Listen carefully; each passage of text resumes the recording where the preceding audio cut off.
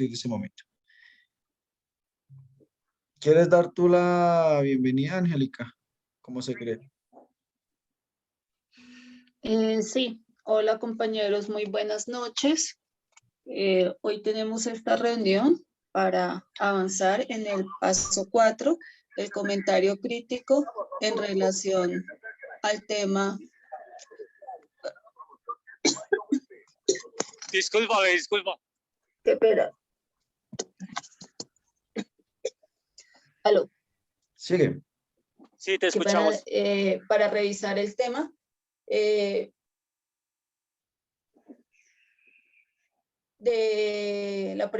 las tecnologías digitales y transformaciones político-socioculturales, las cuales pues corresponde al paso que vamos a trabajar el día de hoy. En este momento pues nos acompaña nuestros compañeros Edwin Estidor Salazar, Javier Francisco Rubio y nuestro compañero Luis Mauricio Castellanos. Entonces vamos a dar inicio a la actividad del día de hoy.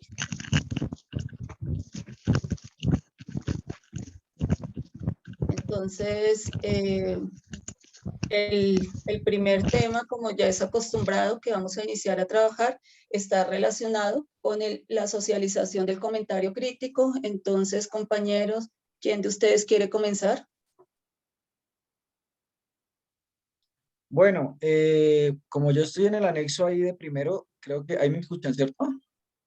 Sí, Edwin. Listo, entonces, bueno, dentro de las lecturas encontrábamos algo que se llamaba la modernidad líquida. Es un tema que hemos venido hablando ya frecuentemente desde el acta número 2 ya, ¿no? Entonces le pongo el título de mi comentario crítico, modernidad líquida y tecnologías cambiantes en educación.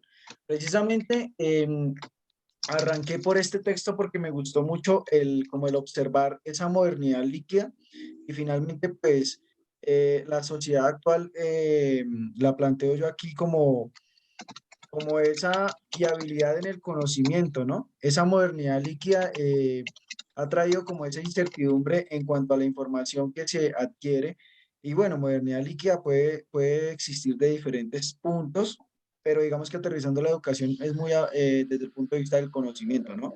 Eh, finalmente, algo que habla la modernidad líquida es el tema de que ya lo bueno no dura tanto, como digo yo por ahí a veces. Ya las cosas no duran, ¿no?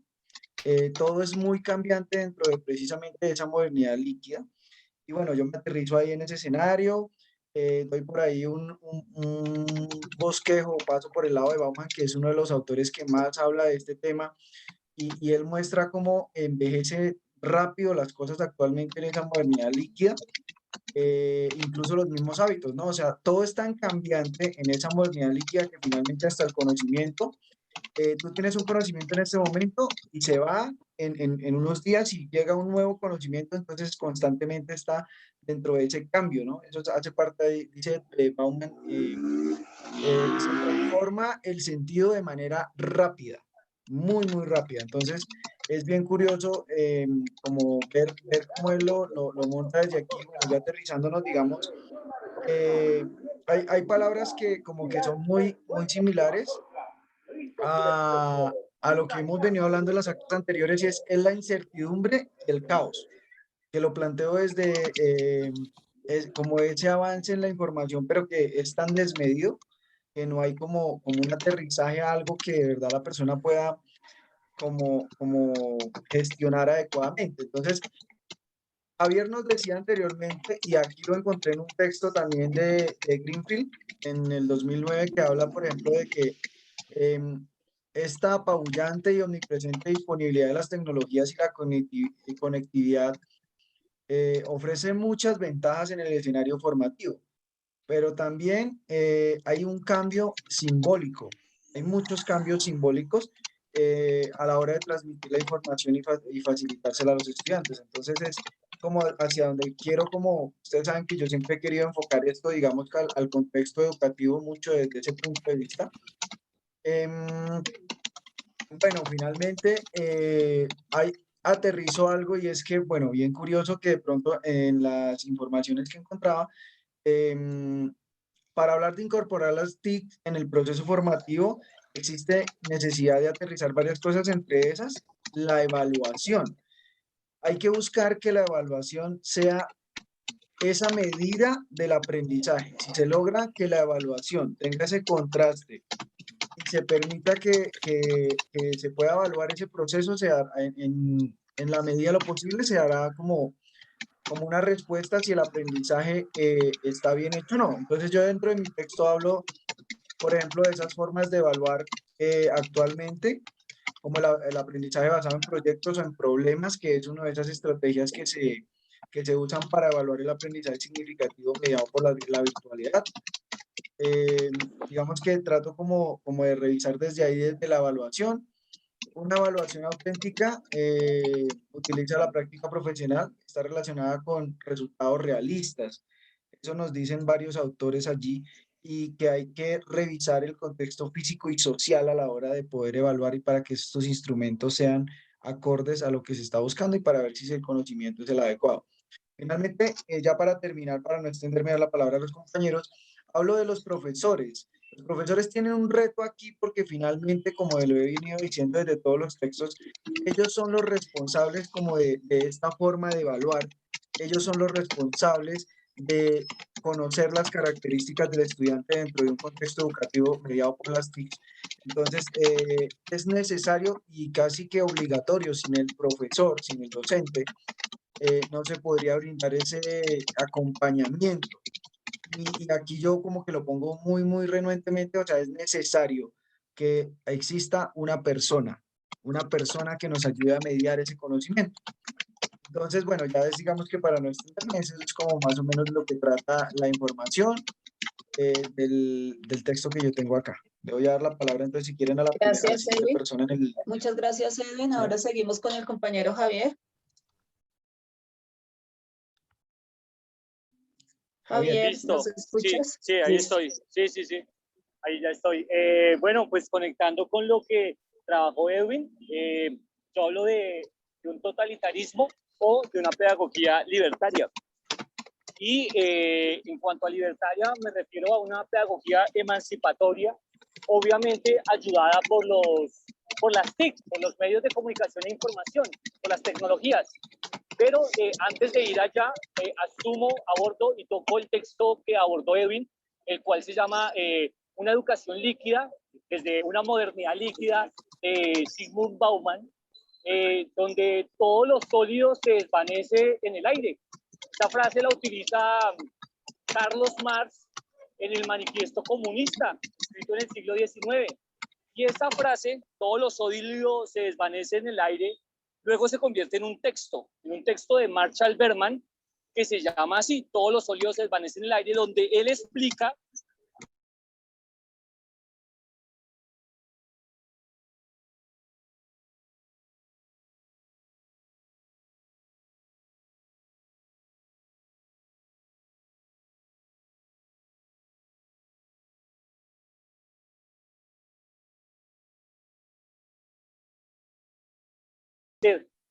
se trabajaron, pero no tuvieron la base suficiente para desarrollarse. Entonces, por un lado tocó a Bauman, y por otro lado habló del concepto de totalitarismo, como también las TIC y los medios de comunicación e información, las tecnologías, pueden jugar en contra del mismo ciudadano, de ese ciudadano que no se ha emancipado de las TIC porque no tiene una alfabetización. Es un ciudadano dependiente de las tecnologías. Entonces, desde ahí, pues digamos que cito ejemplos que ya había trabajado en anteriores escritos, como la novela de 1984, donde somos vigilados por cámaras. O sea, pasa de una sociedad disciplinada a una sociedad del control. Y hoy los medios, que ya lo habíamos hablado en otras reuniones, hoy las plataformas, los medios se convierten en centros de denuncia, y también es un lugar donde somos vigilados. O sea, hoy hay más ojos que antes, porque pues digamos hay millones de cámaras que nos están grabando, y porque todos, digamos, un gran porcentaje de personas tienen acceso a esas cámaras, pues los móviles, ¿no? Entonces desde ahí yo pensaba en una pedagogía liberadora, una pedagogía emancipatoria, desde las mismas TIC, cómo las TIC pueden servir para que el individuo se emancipe. Y conecto acá para ir cerrando con la aplicación que nosotros queremos desarrollar o el prototipo que nosotros queremos desarrollar, donde ese ciudadano se sirva de esos medios, pero también no sea dependiente de esos medios. De hecho, se habla de una cuarta generación de derechos humanos, y esa cuarta generación de derechos humanos habla sobre las TIC y el ciberespacio. De hecho, se habla que el ciberespacio es omnipresente, y pues eso ya lo habíamos tocado en otras reuniones. Por ende, a mí me parece que para hablar ya del ciudadano emancipado de las TIC, ese ciudadano debe conocer los derechos de cuarta generación. Ahí termino. Listo. Voy a exponer mi texto, el cual está asociado al tema de la dualidad de las sociedades en un mundo digital. Parto refiriendo que pues, las sociedades están inmersas en un mundo mediado por la información, por la influencia digital, se han implementado nuevos órdenes y la liberación económica, cito al autor Vereda 2007, y ahí inicio a hacer, digamos, un análisis de características que tiene el primer concepto de ellos, lo estoy asociando pues a las sociedades de la información y las sociedades del conocimiento. En la primera de ellas, pues es la que se viene, digamos, difundiendo desde 1960 a la fecha, donde se habla de la globalización, los intercambios comerciales, culturales, políticos, trascendiendo, digamos, lo local a lo global. Y hay una serie de situaciones, digamos, en relación a todo el desarrollo de dispositivos tecnológicos, la difusión de manera instantánea de información, sin ser un limitante el espacio y el tiempo. Y a su vez retomo el segundo concepto, que es la sociedad del conocimiento, la cual pues hay un discurso predominante donde se nos dice que realmente es una sociedad donde lo que importa son las personas y no las tecnologías, ¿cierto? Que el conocimiento está centrado en la creación e innovación, posibilitando nuevas formas de aprendizaje. En ese orden de ideas, pues ahí inician a surgirme como unas miradas, y desde mi postura personal, pues siento que la dominancia de la sociedad de la información es total, es predominante, digamos, todos los órdenes de nuestras vidas se han entrado a modificar y se habla, digamos, de todo un tema que lo habíamos hablado la vez pasada, que se vuelve una especie de consumo, que hay un tema de obsolescencia programada, pero que a la vez aparecen una serie de discursos emergentes en relación al cuidado al medio ambiente, a programas de implementación en todas las organizaciones tipo PIGA, etcétera, y es una ambivalencia del mundo. Entonces nos dicen que el desarrollo pues va a traer, digamos, a cualificar la calidad de vida, pero a la par la situación del mundo se está deteriorando y como que el control se nos salió de las manos. También se habla, digamos, de todas las situaciones de la dominancia de los medios, quién los maneja, cuáles son los discursos que se ponen en circulación, los grandes emporios que manejan, digamos, todo este tema de red de tecnologías, y a la par, pues ya entra una nueva categoría que es el analfabetismo digital. Y la pregunta es, hacia América Latina, si aún encontramos barreras, no solo en el acceso, sino en la formación que tenemos dentro de los contextos académicos escolares. Ahora se nos suma un nuevo tema que es el analfabetismo digital.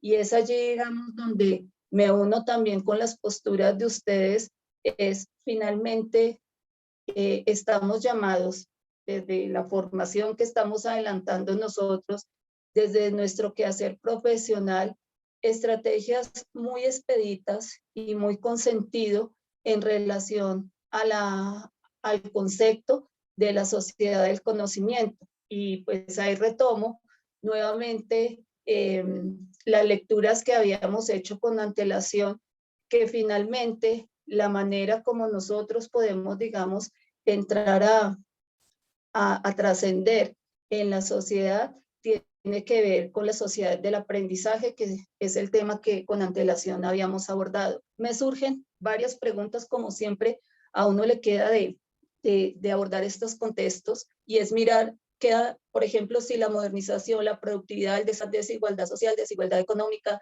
desarraigo cultural a nivel mundial. También esa accesibilidad y calidad del sistema educativo en nuestro país, y es lo que les refería, aún hay barreras, pero ahora hay una barrera más compleja porque se te hace sentir el tema de que eres analfabeta digital. Me parece bastante complejo también ese tema, y qué tanto se puede avanzar en una sociedad del conocimiento cuando predominan otros órdenes mundiales que están, digamos, en dominancia de situación económica. Básicamente ese fue el desarrollo de mi texto. Entonces, no sé si ya Luis se conectó a la reunión. ¿Me pueden Sí, informar, señora. por favor? Sí, Hace señora. rato, compañera, hace Listo, rato. Luis. Muchas gracias. Entonces, porfa, te damos la palabra. Muchas gracias. Muy buenas noches para la compañera Angélica y para Edwin y Javier. Buenas noches, Luis. Básicamente, pues yo hice una lectura de dos testigos, el itinerario de la antropología y su mirada sobre el mundo digital, bastante interesante. Nos habla de la Siberia. Es como una analogía entre el mundo digital y la Siberia rusa, ¿no? Y luego otro documento, Desafíos actuales del conocimiento para la inclusión digital en América Latina. Entonces, a partir de eso, pues yo planteo algo que pues ya plantean algunos de los compañeros y la compañera, es que los desarrollos tecnológicos básicamente han revolucionado toda la forma de vivir en los últimos años, especialmente en los últimos 70 años con los avances tecnológicos, ¿no? Avances tecnológicos que obviamente han estado precedidos por toda la industria militar. Sin embargo, hay algo importante, es que, digamos, en medio digamos, de la pandemia se vio mayor necesidad de lo virtual, ¿no? Tanto para informarse, como para trabajar, como para estudiar, e inclusive para divertirse. Entonces, eso es digamos, es un referente importante de lo que está sucediendo hoy. Sin embargo, ahí en el libro del acercamiento a la antropología del profesor Grillo, y es importante como esas dos tendencias que hay frente a la mirada que hay al Internet. Por un lado, hay un sector que plantea que el Internet es algo así como lo máximo, lo más revolucionario y que puede ser creador de nuevas cosas. O sea, como que le dejan a la tecnología nuestro destino, digámoslo así. Y hay otro sector con el que yo me identifico más, que es el que plantea un poco que, digamos, la tecnología, las tecnologías de la información y la comunicación son el medio, pues, para trabajar, para divertirnos, para relacionarnos, para buscar conocimiento, para buscar información, para crear conocimiento. Entonces, eso es importante, digamos, un poco porque estos últimos, diría yo, con el surgimiento de la Internet, pues han surgido todos estos temas, ¿no? Y ahorita, pues, todos estos debates de las inteligencias artificiales. Entonces, bien interesante poder nosotros, poder, ¿verdad?, echar una mirada a cuál es desde lo antropológico, cuál es el papel del hombre, su ser como persona, en torno al uso y manejo de las herramientas digitales y cuáles son sus efectos, ¿no? Porque de todas maneras hay que entender que hay efectos también, por ejemplo, los muchachos en los juegos, en todas estas nuevas aplicaciones de TikTok, etc. También planteo un poco que pues América Latina, digamos, ha tenido todos los males del tercer mundo, ¿no? Y dentro de esos males pues ha sido el no tener un derecho a la educación, el no tener un derecho a una calidad de educación. Y planteo que eso ha sido adrede. O sea, eso no es una cuestión que haya sido porque, digamos, los colombianos somos perezosos, no queremos estudiar. No, ha sido siempre una cuestión hegemónica, primero por los españoles y luego por los criollos que suplantaron al poder español. Entonces, ahí eso ha sido básicamente el mantener en ignorancia a nuestro pueblo, efectivamente ha sido una herramienta fundamental para las élites para garantizar que la gente no entienda, comprenda, cuestione sus actuares, sus políticas. Entonces, si vemos esta situación de lo que vemos, de lo que estamos viviendo, un poco de lo que se vivía ayer con las elecciones, que todo el mundo pensaba que estaba, mejor dicho, ya a punto de un cambio. Y no, mire, estamos en la misma situación, simplemente unos cogieron más curules, otros más, tienen más aspiraciones, los que no tenían, pero finalmente la cultura política de la gente está en lo mismo. Y pues con el tema de las redes, pues mucho más confundidos muchas veces por todo este tema de la fake news y de toda esta andanada de todos los sectores políticos de izquierda y de derecha. Entonces, el hecho de que la gente no tenga cultura política, no tenga educación de calidad, pues eso también ahonda, esos son elementos que ahondan esa brecha digital de los ciudadanos. Y pues me parece que debe ser importante que nosotros logremos que la gente no solamente se apropie, sino tenga un uso consciente de las herramientas digitales que hoy nos pone el mundo. Y pues como todos coincido en la necesidad de que debemos hacer una alfabetización digital hacia los sectores populares, dándole un poco lo que decía en la anterior reunión, pues dándole las herramientas y los conocimientos pues para que ellos tengan unas prácticas y unos usos en la red que les sirvan pues para su cotidiano vivir. Entonces básicamente ese es el escrito que yo hice. Muchas gracias. Listo. Ahora vamos con el segundo punto de la agenda y es en relación a las participaciones dialógicas. Entonces, los escucho, compañeros. Bueno, si me permite, Edwin, voy yo.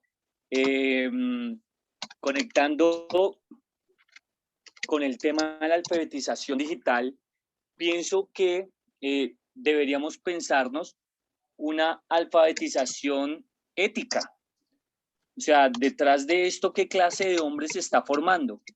Hay una alfabetización digital que nos va a dar unas competencias, unas habilidades, pero ¿qué clase de cibernauta, si se quiere utilizar esta palabra, qué clase de cibernauta estamos formando para el futuro?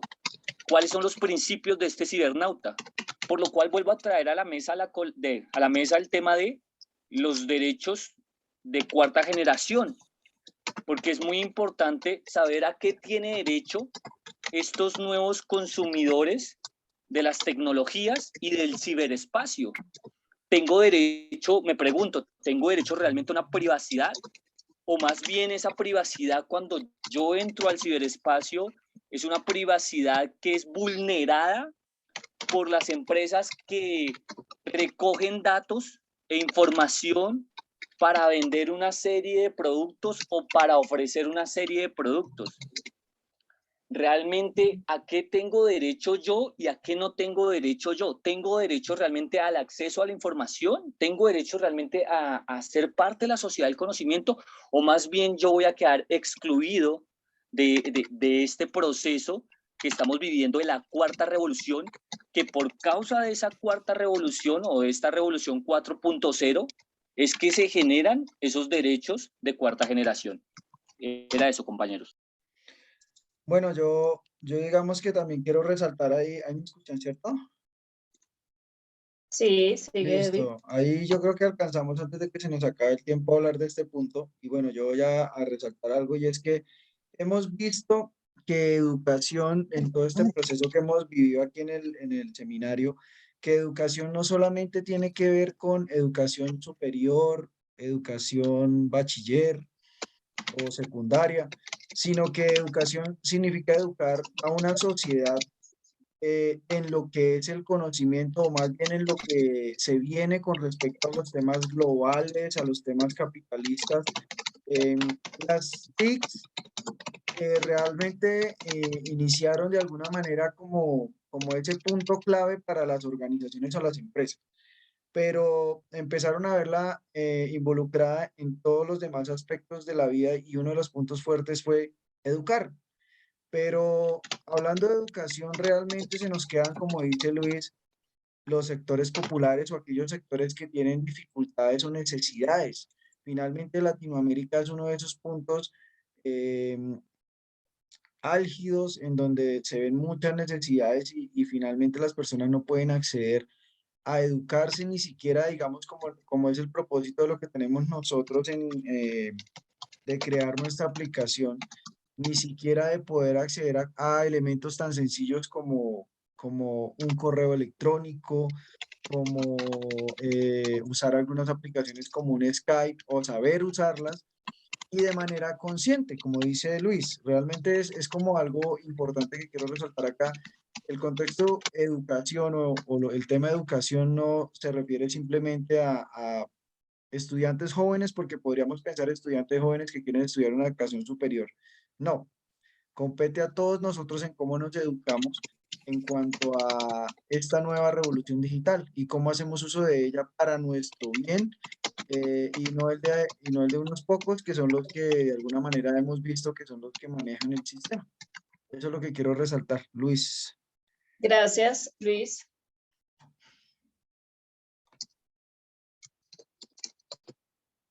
Luis. Sí, es que no encontraba el aparatico del micrófono.